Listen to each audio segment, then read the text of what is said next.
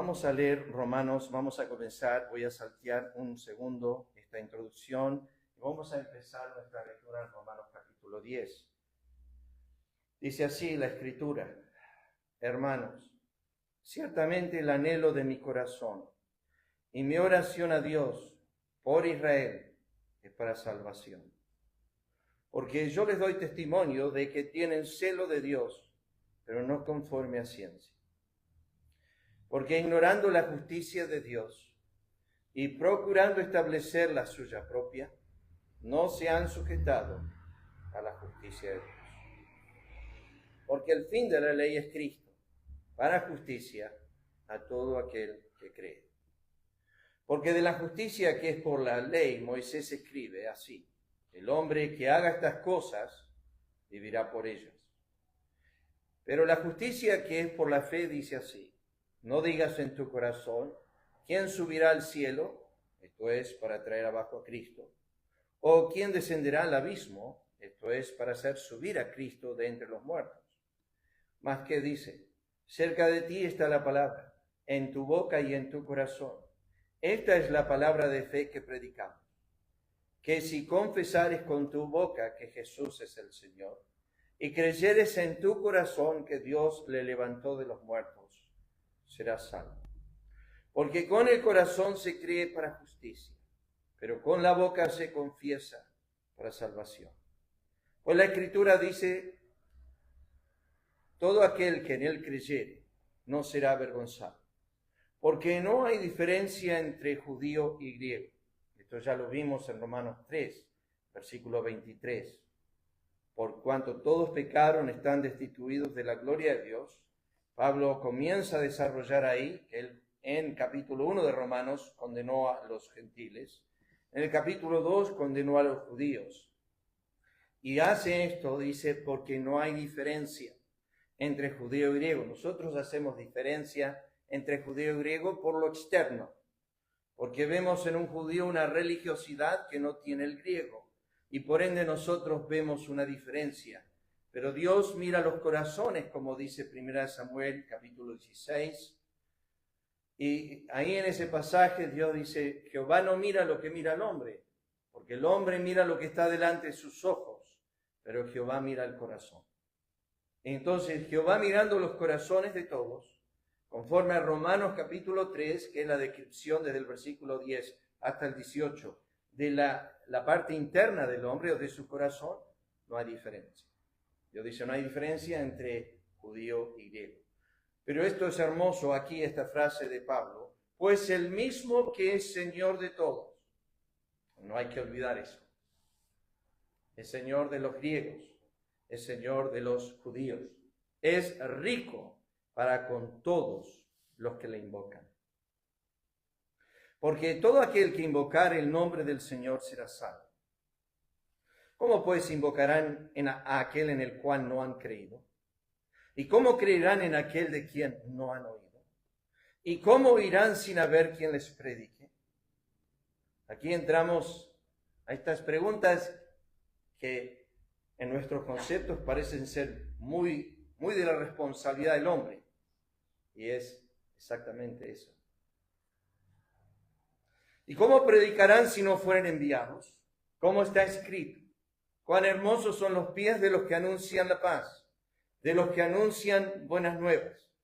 Y voy a tirar esto, ustedes ya lo saben, pero cuando leo Hechos capítulo 8, y el eunuco que se fue a Jerusalén para adorar, y salía de Jerusalén y había comprado una copia del Antiguo Testamento, específicamente del libro de Isaías, y venía leyendo el capítulo 53 en su carro. El Espíritu de Dios saca a Felipe de donde estaba ministrando en Samaria y le dice: ve al desierto. Hasta ese momento Felipe no sabe por qué. Escuché a un predicador decir en ese sermón que él predicó en cuanto a Felipe, que Felipe no estaba comprometido con un ministerio. A pesar de que en Samaria le iba muy bien, no estaba comprometido con la iglesia de Samaria. Dijo: cuando el Señor lo llama Felipe, es con quien está comprometido. Está comprometido con su Señor, no con la obra, ni con su ministerio, ni lo que está haciendo en ese momento. Y el Señor, cuando quiere como cabeza, llama a la mano a que actúe. En ese momento el Señor llama a Felipe de un ministerio y lo saca de ese ministerio. No es que lo vuelve a Samaria, sino que la Escritura dice que lo arrebató y se lo llevó a Cesarea. Y Felipe termina su ministerio en Samaria. Le iba bien, muchas almas se estaban convirtiendo. Pero Dios estaba preocupado en este momento por una sola alma y era necesario, como dijo Cristo en Juan 4, le era necesario pasar por Samaria, le era necesario a Felipe ir al desierto, porque de ninguna otra forma ese hombre iba a escuchar el Evangelio, sino por la boca de un siervo llamado Felipe. O sea que la salvación o la elección eterna del eunuco se realizó a través de un medio de gracia que se llama la predicación.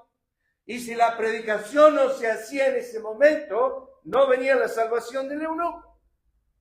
Se necesitaba la responsabilidad humana, se necesitaba el medio humano para cumplir el propósito eterno de Dios. ¿Lo puede decir Dios de otra manera? Sí, pero ha escogido hacerlo de esa forma, a través de la predicación, a través de la locura de la predicación. O sea, toma elementos humanos y medios humanos, a lo cual Pablo dice en Corintios capítulo 3, somos colaboradores de Dios.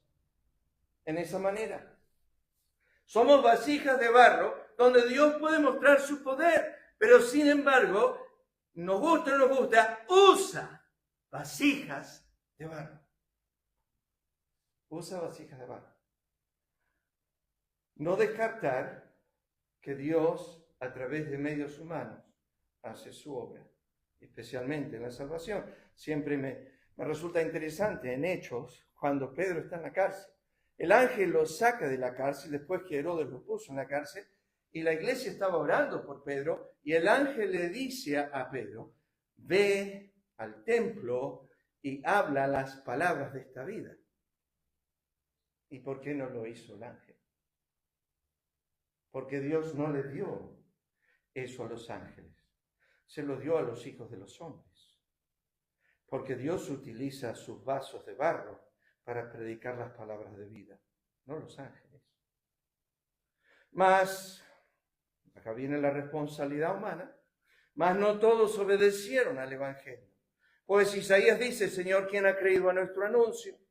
Así que la fe es por el oír, y el oír por la palabra de Dios. Y entendemos que Dios está obrando a través de sus palabras en los corazones. Pero digo, ¿lo han oído? Como ya hemos estudiado, el llamamiento externo, el llamamiento general, que lo llamamos, y el llamamiento eficaz o el llamamiento interno. Una voz es a este oído externo y otra voz es al oído interno del corazón. Ese es el obrar de Dios. Eso es cuando Cristo pasa en el banco de los tributos y habla con Mateo y le dice una sola palabra, sígueme. Y Mateo, dejándolo todo, lo siguió. Y la pregunta de Pablo es, pero digo, ¿no han oído antes bien por toda la tierra ha salido la voz de ellos? Y esto es Salmos 19. Y hasta los fines de la tierra sus palabras. O sea que Dios a través de la creación testifica a los hombres acerca de su existencia. También digo, ¿no ha conocido esto Israel? De esto hay mucho en Isaías capítulo 40. Cuando Dios hace la pregunta, ¿no habéis oído? ¿No habéis entendido? ¿No os lo han contado desde el principio, desde la fundación del mundo? Y este es un mensaje a la nación de Israel. Yo te vengo hablando desde que hice el mundo.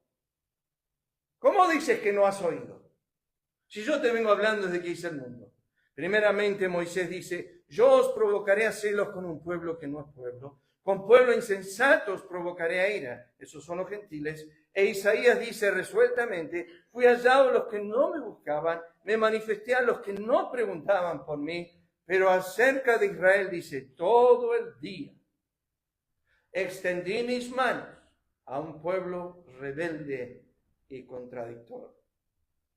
No traten de leer dentro del pasaje. A veces queremos hacer eso. El pasaje dice, Dios habló y Israel resistió. no es un problema en Dios, es un problema en el corazón del hombre. Dios habló, Israel resiste. Bueno, vuelvo al principio, un segundo, para leerles este resumen que es de la página... se me fue la mente ahora. Yo leo este comentario de Romanos siempre, una vez que estudio, escudriño, después paso por esta página para ver lo que dice. Uso mucho una página que le he pasado a los chicos, se llama Precept Austin. Uso mucho esa página, pero esta es otra página que se llama Middleton Bible Church. No sé cómo traducirlo.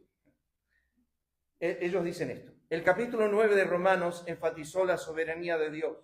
Es Dios quien lleva a cabo su propósito, es Dios quien escoge, es Dios quien llama, es Dios quien tiene misericordia y compasión, es Dios quien endurece, es Dios quien prepara vasos de misericordia para gloria, es Dios quien ha llamado a judíos y gentiles en un cuerpo.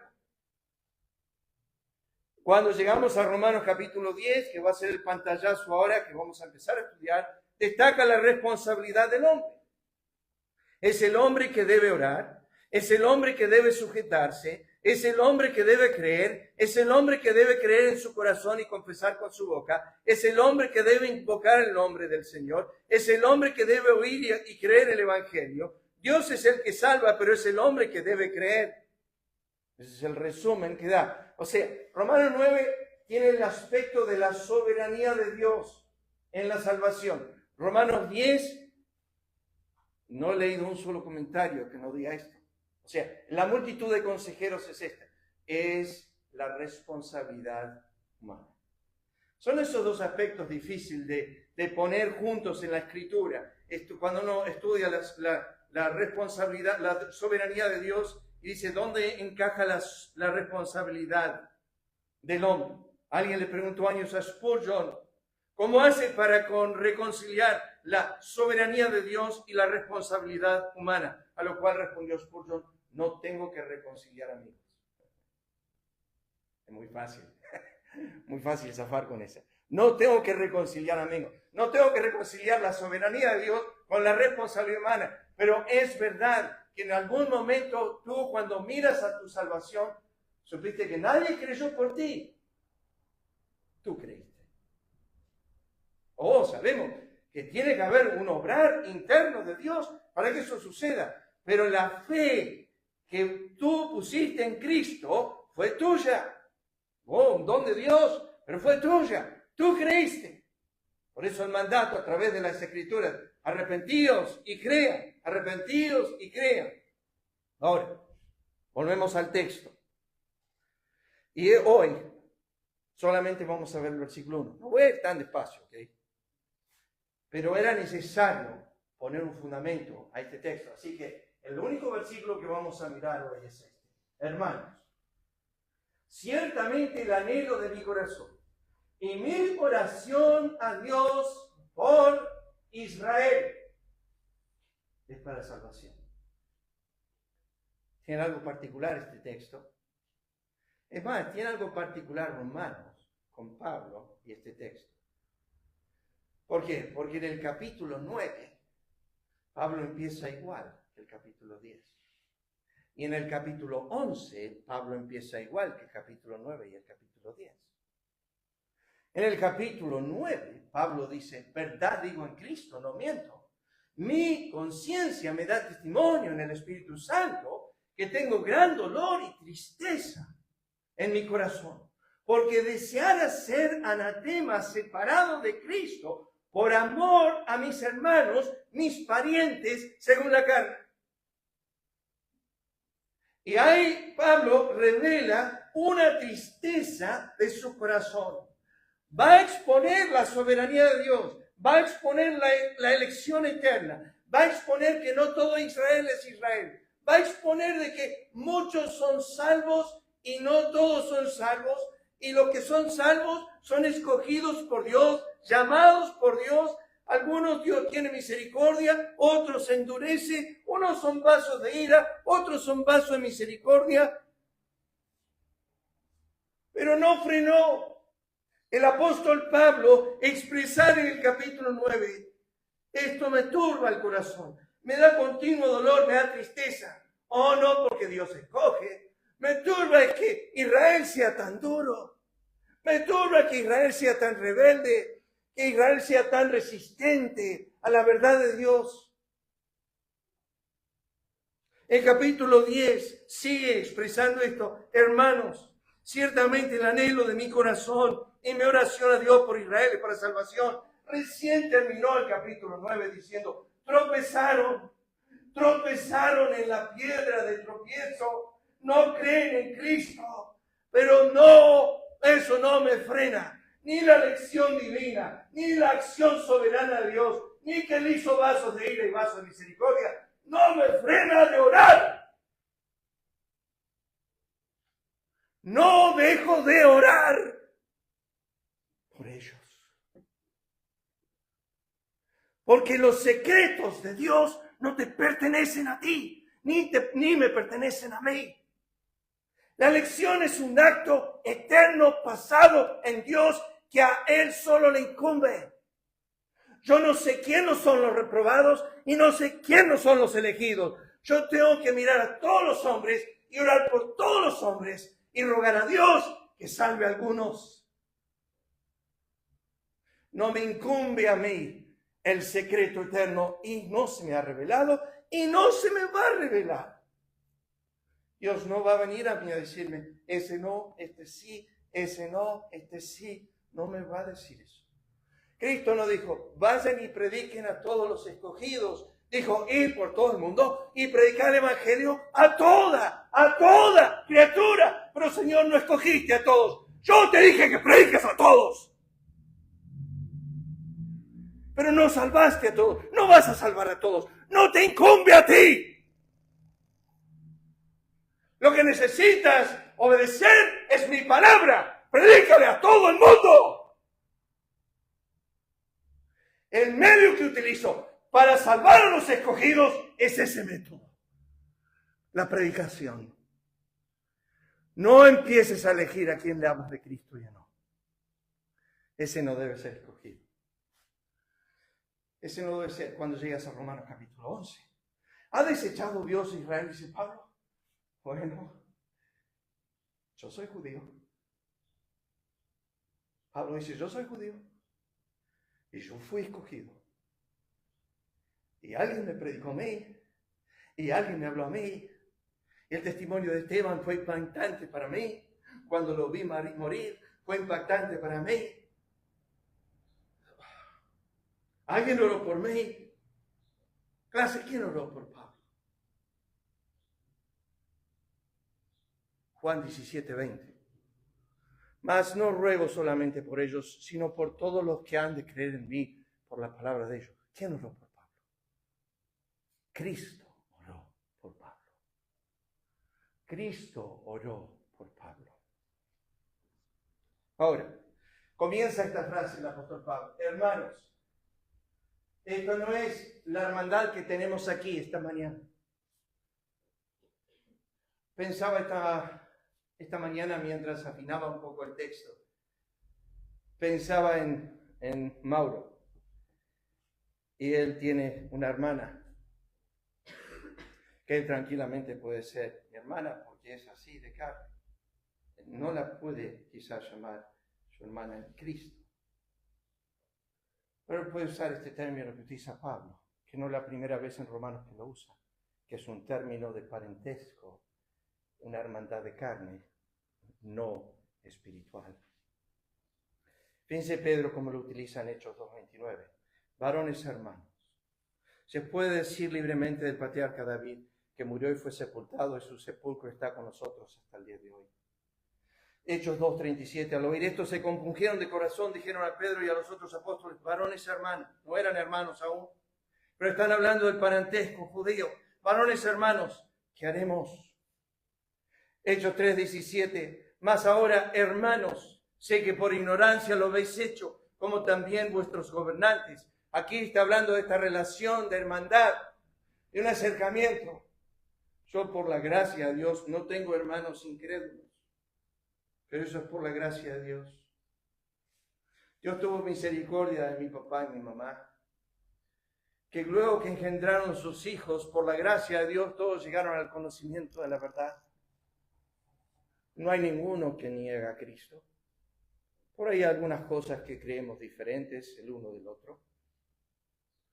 Pero somos hermanos físicamente y somos hermanos por la bondad de Dios en el Señor. Pero nuestras familias son grandes a veces. Y tenemos muchos. Y podemos llamarlos hermanos. Y Pablo está hablando acerca de su hermandad físicamente con su pueblo, la nación de Israel. Varones hermanos, dice Hechos 13:26. Después se vuelve esto muy negro al final del capítulo, si lo leen. Pero él dice esto, hijos del linaje de Abraham. Este es Pablo hablando. Cuando van a Hechos capítulo 13, en el versículo 20, dice, y Pablo dijo, comienzan a leer, varones hermanos, dice, hijos del linaje de Abraham, y los que entre vosotros teméis a Dios, a vosotros es enviada la palabra de esta salvación. Temían a Dios, eran del linaje, eran de la familia de Abraham, pero no eran salvos. Y Pablo dice, vengo yo con la palabra de salvación, y cuando está terminando el capítulo 13, ellos rechazan a Pablo, rechazan el mensaje, y Pablo cierra el capítulo 13 diciendo, me voy a los gentiles. Pero en el mismo capítulo 9, Pablo dice esto, porque deseara yo mismo ser anatema, separado de Cristo, por amor a mis hermanos. No los odia, los ama. Bueno, pero si no creen en Cristo, pastor, no podemos asociarnos con ellos, son nuestros hermanos. Por amor a mis hermanos, los que son mis parientes según la carne. Él no dijo, bueno, los tengo ahí a la distancia, no sé si son escogidos o no voy a tratar con ellos. Escuchen, en la epístola a Romanos, después de 2 Corintios 12:15, no hay otra expresión más profunda de amor de Pablo para con un impío como el que expresa a los impíos judíos, sus hermanos. ¿Quiénes eran, estos hermanos de los cuales Pablo habla? Acá viene una pequeña introducción. Son los que mataron a los profetas de antiguo, al Señor y a los apóstoles.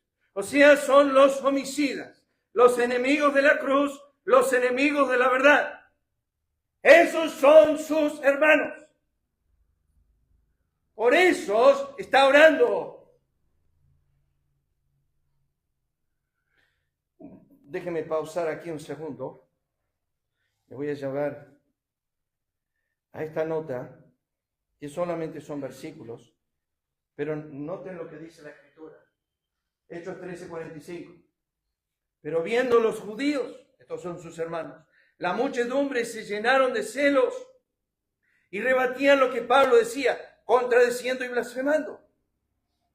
Pero los judíos instigaron a mujeres piadosas distinguidas, a los principales de las ciudades, y levantaron persecución contra Pablo y Bernabé y los expulsaron de sus límites.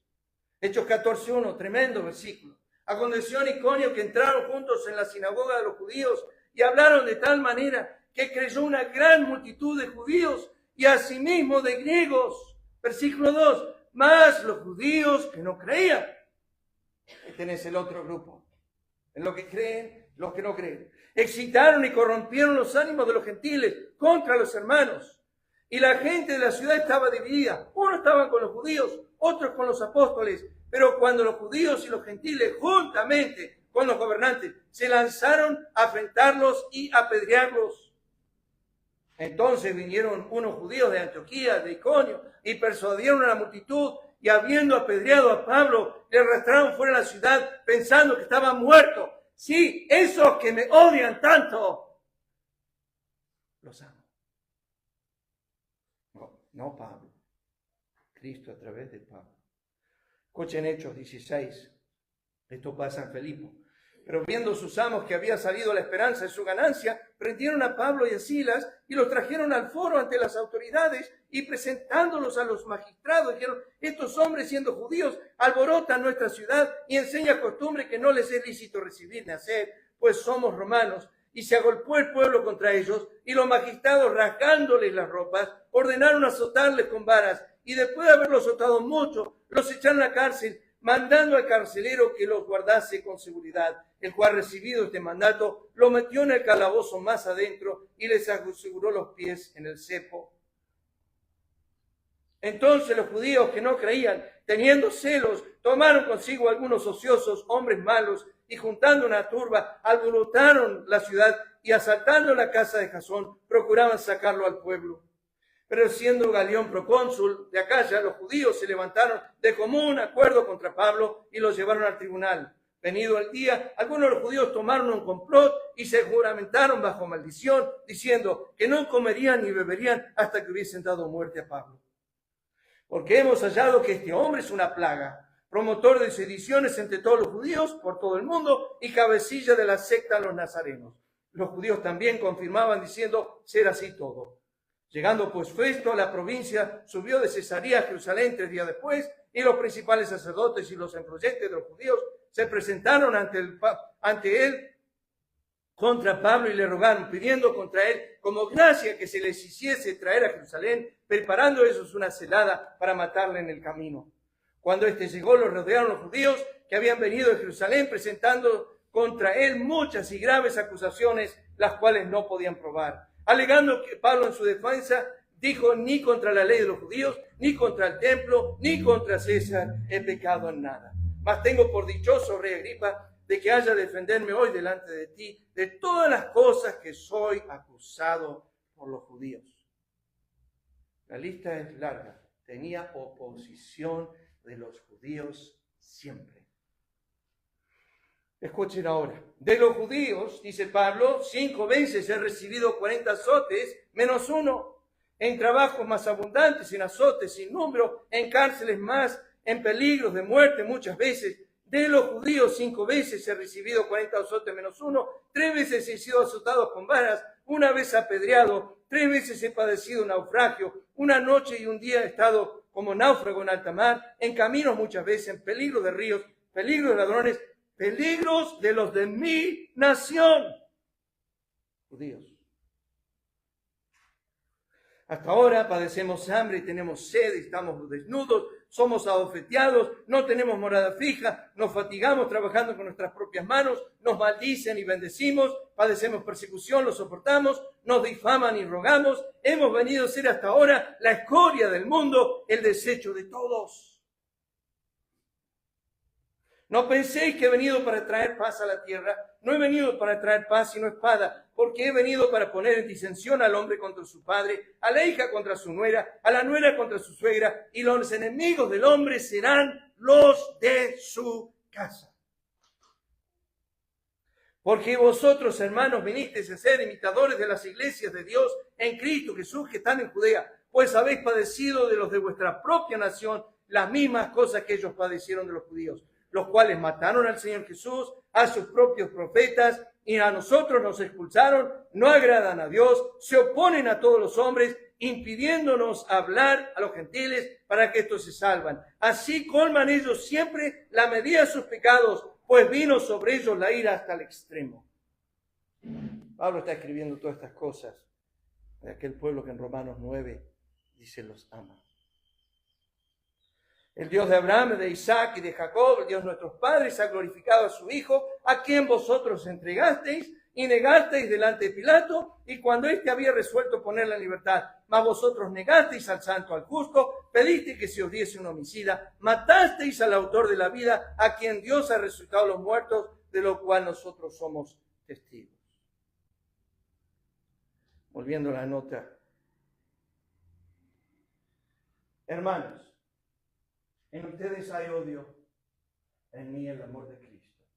En ustedes hay homicidio, en mí el deseo de que puedan conocer la vida. Ustedes me hacen mal, por el contrario yo busco vuestro bien eterno. Ustedes me maldicen, pero yo busco vuestra bendición. ¿Por qué? Porque estos hermanos no eran sus favoritos. ¿Se acuerdan cuando en 2 Corintios capítulo 8 dice: conocemos la gracia de Dios que fue dada a las iglesias de Macedonia? ¿Por qué introduzco ese texto? Porque al mirar la vida de Pablo con tanta oposición a un pueblo tan duro, rebelde, y que mató a su Señor y mató a los profetas y estaba ahora haciendo persecución a los apóstoles, tiene que haber una gracia extraordinaria y un amor sobrenatural que inundó el corazón de un hombre que tranquilamente podría haber dicho, más sí, allá ustedes. ¿Lo dices tú con algún familiar tuyo? Yo os digo, dijo Cristo, amad a vuestros enemigos, bendecid a los que os maldicen, haced bien a los que os aborrecen, orad por los que os ultrajan y persiguen. En este pasaje paralelo, que es el de Lucas, hace la pregunta 3 veces Lucas, porque si amáis a los que os aman, ¿qué mérito tenéis? Porque también los pecadores aman a los que aman, y si hacéis bien a los que os hacen bien, ¿qué mérito tenéis? Porque también los pecadores hacen lo mismo. Y si prestáis a aquellos a quienes esperáis recibir, ¿qué mérito tenéis? Y remarqué la palabra mérito, porque la palabra en el griego es caris. Y la palabra caris es ¿qué, Lucas? Gracia. Si aman a los que os aman, ¿qué gracia es? Y si le dan a los que le pueden devolver, ¿qué gracia es? Y si les hace bien a los que les hacen bien, ¿qué gracia es? Pregunta Lucas. ¿Dónde está la gracia de Dios? La gracia de Dios ama a los que no lo aman, da a los que no lo dan, y presta a los que nunca, y hace bien a los que nunca van a hacer bien. Eso es gracia. Lo enseñó Cristo, no lo digo yo. Ahora, siguiente palabra en el texto. Hermanos, ciertamente, no sé qué hora es. Bueno, ciertamente la palabra griega es verdad. Pablo ya lo dijo en el capítulo 9. Verdad digo en Cristo, no miento. Hermanos, ciertamente, Pablo está sujeto al obrar del Espíritu en la pluma de inspiración. No puede mentir. Y en este momento, cuando él escribe, dice, hermanos, lo que voy a decir ahora es totalmente verdad. No lo van a creer. No pueden creer esto de un hombre que está siendo perseguido y odiado tanto como esta nación, que son los judíos, mis hermanos, mis parientes según la carne, que me han aborrecido. No sé si tienes a alguien así que se ha puesto en tan grande oposición a ti. Ya lo comenzó a decir en Romanos, pero escuchen las palabras de Pablo. Yo con toda buena conciencia he vivido delante de Dios hasta el día de hoy. Por esto procuro tener siempre una conciencia sin ofensa ante Dios, ante los hombres. Nuestra gloria es el testimonio de nuestra conciencia, que con sencillez y sinceridad de Dios, no con sabiduría humana, sino con la gracia de Dios, nos hemos conducido en el mundo y mucho más con vosotros. Pues no somos como muchos que medran falsificando la palabra de Dios, sino que con sinceridad, como de parte de Dios y delante de Dios, hablamos en Cristo. Si viviríamos así. Si viviríamos delante de Dios. Me encanta lo que dice Gabriel a Zacarías. Le dice, yo soy Gabriel, que estoy delante de Dios. Tengo que tener cuidado cómo te hablo, Zacarías, porque yo vivo delante de Dios, y yo tengo que volver a Dios, y yo tengo que estar delante de Él, y Dios me va a pedir cuenta si yo exageré, agregué. Yo tengo que decir lo que se me dijo. Yo vivo delante de Dios. Esto fue lo que le dijo Elías. Elías dijo, yo soy Elías, que vivo en la presencia de Dios. Hombres que viven en ese lugar. Pablo dijo, 2 Corintios 4:2, antes bien renunciamos a lo oculto y vergonzoso, no andando con astucia, ni adulterando la palabra de Dios, sino por la manifestación de la verdad, recomendándonos a toda conciencia humana delante de Dios. Vosotros sois testigos. Dios también. ¿Podés decir eso esta mañana? Oh, de afuera, yo te miro y vos me mirás de afuera y somos muy lindos. Muy linda apariencia de piedad tenemos. Pero Pablo no dijo vosotros meramente. Dijo, vosotros sois testigos y Dios también. De cuán santa, justa y irreprensiblemente nos comportamos con vosotros los creyentes. Hermanos, ciertamente, verdad lo que voy a decir ahora. Lo que voy a decir, lo digo lo más profundo de mi ser. El anhelo de mi corazón.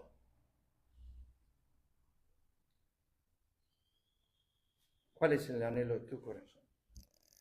Oh, yo estoy seguro que si tienes familiares sin Cristo, sin Dios, sin esperanza, el anhelo de tu corazón es que sean salvos. La palabra anhelo aparece unas 12 veces en el Nuevo Testamento. No la había estudiado hasta que esta semana empecé a estudiarla.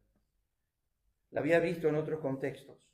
Lo que me sorprendió es que creo que son 2 los contextos humanos y las otras 10 veces es divino. La palabra anhelo es la palabra en el griego, es compuesta de 2 palabras. Una es bien, y la otra es pensar. Y la idea es cuando la ponemos juntos a la palabra anhelo, es pensar bien. Y la idea es de Dios en Efesios. Aparece en todos lados hablando de Él. Y la palabra que se traduce, esta palabra anhelo, es la palabra beneplácito. O sea que es el beneplácito de Dios haber escogido un pueblo para sí. Y Pablo dice esto, el anhelo de mi corazón, o sea, el beneplácito. Dijo José de antiguo, vosotros pensasteis mal contra mí, pero Dios lo encaminó para bien. Esto es para mí en el cuántas veces quise yo y no quisiste. Es el beneplácito de Dios en Pablo. Necesito decir esto porque lo van a ver en el texto. Escuchen, Pablo dice, hermanos, ciertamente el anhelo de mi corazón. Este es un corazón regenerado, convertido, transformado y que vive en una llenura y plenitud de Dios. Y dijo, en esa plenitud de Dios, el anhelo, el deseo es para vuestro bien. Yo quiero que ustedes tengan el bien eterno. Me odian, me escupen, me han azotado 5 veces, me han apedreado, me desechan, me menosprecian. ¿Y saben qué? Como dijo David en Salmo 35, cuando mi enemigo estaba enfermo, yo ayuné por él. ¿Y saben qué? Cuando mi enemigo, que son ustedes, están así, yo los amo. Yo estoy dispuesto a ir al infierno por ustedes.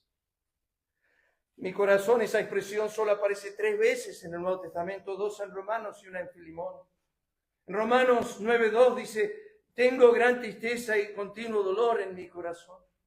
Las 2 veces que aparece en Romanos, aparece en relación al pueblo judío impío, y la otra vez aparece de Pablo en relación a su amigo Filemón, y le pide, conforta mi corazón y recíbele como a mí mismo. Consuela mi corazón, Filemón. Pablo dice, porque por la mucha tribulación de angustia del corazón os escribí con muchas lágrimas, no para que fueseis contristados, sino para que supieseis cuán grande es el amor que os tengo. Y yo con el mayor placer gastaré lo mío, y aun yo mismo me gastaré del todo por amor a vuestras almas, aunque amándoos más, sea amado menos. Hermanos, ciertamente, el anhelo de mi corazón y mi oración a Dios por Israel es para salvación. Y vamos a cerrar con esto. Mi oración a Dios por Israel. Pero Pablo, ¿sabes que no todos son escogidos? ¿Sabes que no todos son salvos? ¿Qué dijo el Señor de la oración? Cristo enseñó en Lucas 11 la importunidad de la oración. ¿Qué es la importunidad de la oración? Es lo que llamamos la insistencia. Cristo lo ilustró con una viuda que vino ante un juez injusto y le hinchaba tanto, nosotros decimos en nuestros términos vulgares, me hincha las guindas. No me malentiendas lo que voy a decir, pero Dios quiere ser hinchado. Dios quiere ser molestado. Dios quiere tu insistencia en la oración. Dios le dijo a un solo hombre en toda la Biblia, no me molestes más con este tema. Se llama Moisés. Moisés le dijo, dale, déjame ver la tierra, dale, déjame ver la tierra, dale. Y Dios le dijo, no me molestes más. Y Moisés le decía, dale. Yo, basta, no me hable más del tema. Y cuando lo llevó a la muerte, le dijo, dale, abrí los ojos, mira, ahí está. Ahí está, te la muestro. Pero Moisés no le pedía que se la muestre nomás. Moisés quería entrar. Y Moisés no pudo entrar porque Israel, dice, le provocó su espíritu. Pero la insistencia, Dios le dijo a Samuel, no llores más por Saúl, lo he desechado. Benditos hombres que cansaron a Dios con sus oraciones.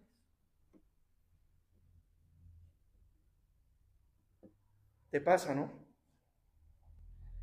Enseñó en Lucas capítulo 18 la necesidad de orar siempre y no desmayar. No importa si orás, no importa si orás, yo soy soberano, no podés cambiar mi mente, no podés cambiar mi parecer, no importa si oras.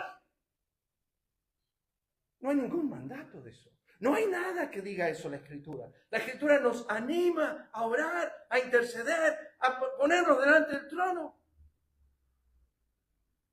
Ustedes saben que es el único altar de la réplica del tabernáculo en el cielo. El altar de bronce no está. Es el altar de incienso que está delante de Dios. Y en Apocalipsis capítulo 8 dice que se le agregaron las oraciones de los santos a ese altar, porque es el único altar que está delante de Dios siempre, y ese es altar de oración.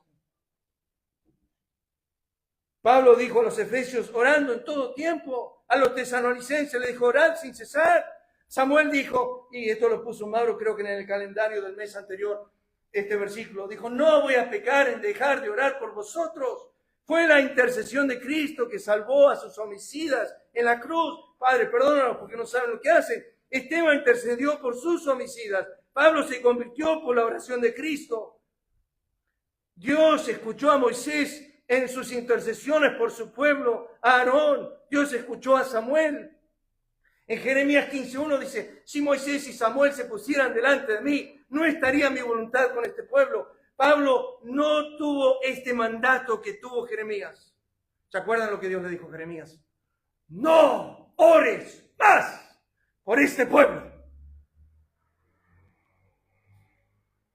Escuchen las palabras de Dios. Tú pues no ores por este pueblo.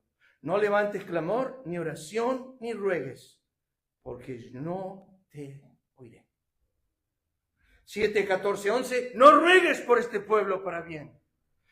Pero no enseñó Pablo que hay un grupo que es escogido para salvación. No dijo que hay vasos de ira misericordia. No dijo que hay un remanente que es salvado por gracia. ¿Por qué orar? Algunos son llamados, elegidos, escogidos por infinita gracia y misericordia. Y los demás son dejados a su naturaleza, a su orgullo, a su soberbia, su insensatez, sus deseos, sus tinieblas, sus durezas, sus rebeldías, sus ingratitudes, sus lascivias, sus injurias, sus burlas, sus persecuciones, maltratos, palabras duras contra Dios, atesorando ira para el día de la ira. Y tú te preguntas cuando vas a hablarle a uno de tus parientes, dices, te quiero hablar del amor de Cristo. Sale con eso. No me molestes con eso. Y solamente tú sabes el destino de sus almas. Y te vas al cuarto secreto en Jeremías, el capítulo 13, y lloras a causa de la soberbia y la insensatez de ellos.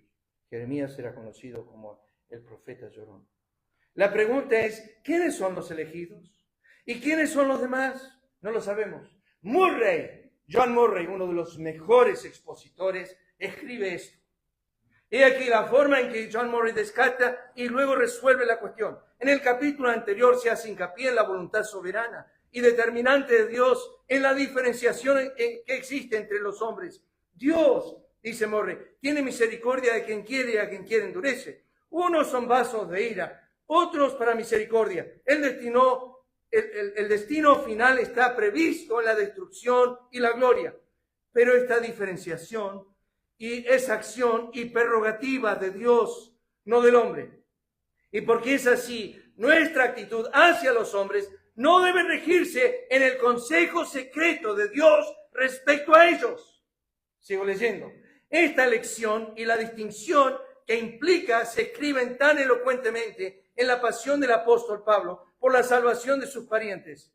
Violamos el orden del pensamiento humano y traspasamos la frontera entre la prerrogativa divina de Dios y la del hombre cuando la verdad del consejo soberano de Dios obliga a la desesperación o al abandono de la preocupación por los intereses eternos de los hombres. Cuando decimos, como hipercalvinistas, Dios va a salvar a todos, no importa si le hablo a nadie. Equivocado totalmente. Porque es Dios que usa el vaso de barro para alcanzar sus medios eternos. Y te digo una cosa, no los alcanza sin esos medios. No digas en tu corazón, no voy a orar por él, porque ya rechazó a Cristo 30 veces, 40 veces. Sigue Borre diciendo, la forma teológica de expresar esto es decir que Dios siempre ordena los medios para alcanzar algún objetivo, así como los fines. Así se ha ordenado salvar a un individuo mediante nuestras oraciones. Es tan necesario que oremos por ese individuo como que el individuo se salve. De hecho, debemos orar, ya que el individuo no se salvará sin la intercesión ordenada. ¿Crees eso? Escuchen a George Mueller. George Mueller, en Bristol, Inglaterra, fundador del orfanato de Gran Fe, un hombre de oración excepcional. En su juventud tuvo 2 amigos, por los que empezó a orar. Llevaba notas de sus oraciones y en sus notas muestran que oró por ellos durante más de 60 años. Uno de esos hombres se convirtió justo antes de que muera Mueller en uno de sus últimos servicios que Mueller celebró. El otro se convirtió al cristianismo un año después de la muerte de Mueller.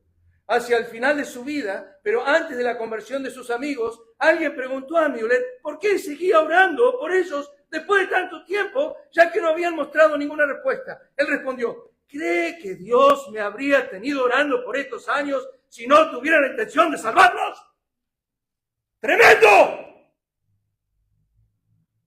Dios lo puso en mi corazón. Y el tiempo no importa. Lo que importa es que estoy orando bajo la gobernación divina. Y es así. Hermanos, ciertamente el anhelo de mi corazón y mi oración a Dios por Israel, es para que se salven. Y hago todos mis esfuerzos humanos para que eso sea una verdad.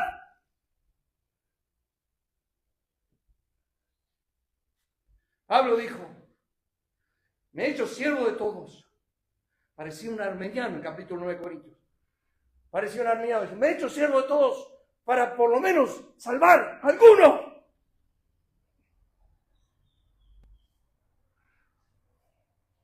La Biblia dice, y vio que no había hombre, y se maravilló que no hubiera quien se interpusiese. Y busqué entre ellos hombre que hiciese vallado, y que se pusiese en la brecha delante de mí a favor de la tierra, para que no la destruyese y no la hallé. ¿Saben lo que Dios busca? Es escuchar el nombre de tu vecino, en tu boca, en tu corazón, en tu intercesión. Es escuchar el nombre de tu papá, tu mamá, tu hermano, tu hermana. Es escuchar sus nombres. Dios quiere escuchar sus nombres. Ver que alguien se preocupa por ellos, ver que alguien se está poniendo en la brecha, ver que alguien está intercediendo por sus almas, ver que alguien ora por ellos. Y trató de destruirlos, de no haberse interpuesto Moisés, su escogido, delante de él, a fin de apartar su indignación para que no lo destruyese. Oh, hermanos, entendemos este texto. Dios quería destruir a Israel. Y en medio, el mediador, se puso Moisés y dijo a Dios, no lo hagas. Y Dios no los destruyó porque Moisés oró.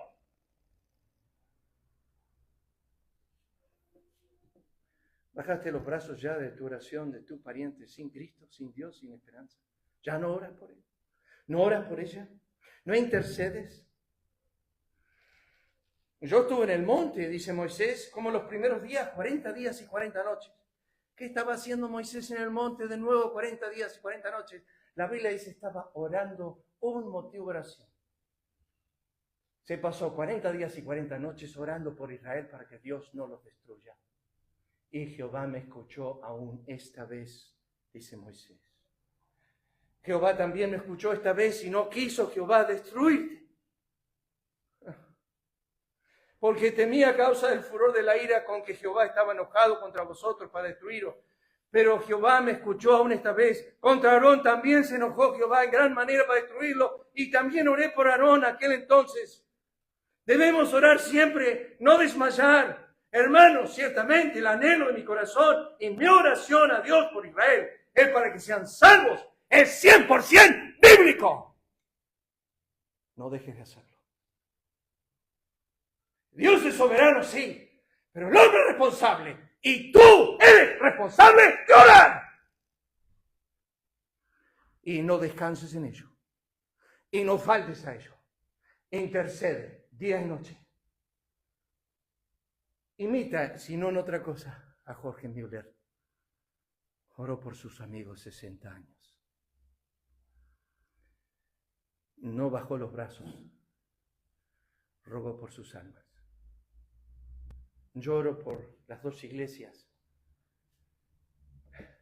Intercedo individualmente por cada niño y cada hijo que está sin Cristo en la iglesia. Dios me escucha a mí. No ha respondido aún. Pero hay algo que Él no quiere. Que deje de orar. No dejes de orar. Hermanos, ciertamente, mi oración es para que todo Israel se salve. Pero ¿sabéis que no todo? Yo oro para todo Israel. Yo oro por todo Israel. No sé quién Dios escogió y no escogió. Yo oro por todo Israel. Yo oro por ellos. Vamos a orar.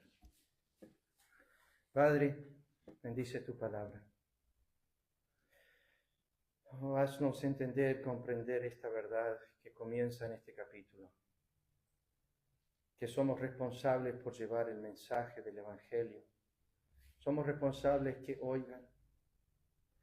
No somos responsables que crean, no nos dice eso tu palabra. Pero sí somos responsables que oigan. Somos responsables de llevar el mensaje de Cristo. Tú eres el que obras en los corazones. Esperamos en ti, oh Dios. Obra el 9 de julio en Bragado, en nuestros corazones primeramente, pero en la multitud de gente que habita estas ciudades, que está sin Cristo, sin Dios, sin esperanza. También pensamos en Casares y toda esa gran multitud, en Pehuajó, toda esa multitud, en Salto, toda esa multitud, y podríamos seguir, oh Dios, son los lugares donde sentimos que estamos participando en algo. Obra tú, oh Dios, en los corazones de nuestros hogares, de nuestras familias, de nuestros hijos, que están sin Cristo, sin Dios, sin esperanza. Y desearíamos, oh Dios, que lo que ellos no pueden hacer, que es obtener vida de ti, tú se la puedas conceder. Porque la vida es soberanamente otorgada. Y nosotros oramos, Padre, esta mañana, que hagas tu obra en nuestros corazones. Lo pedimos en el nombre de Cristo. Amén. El Señor les bendiga.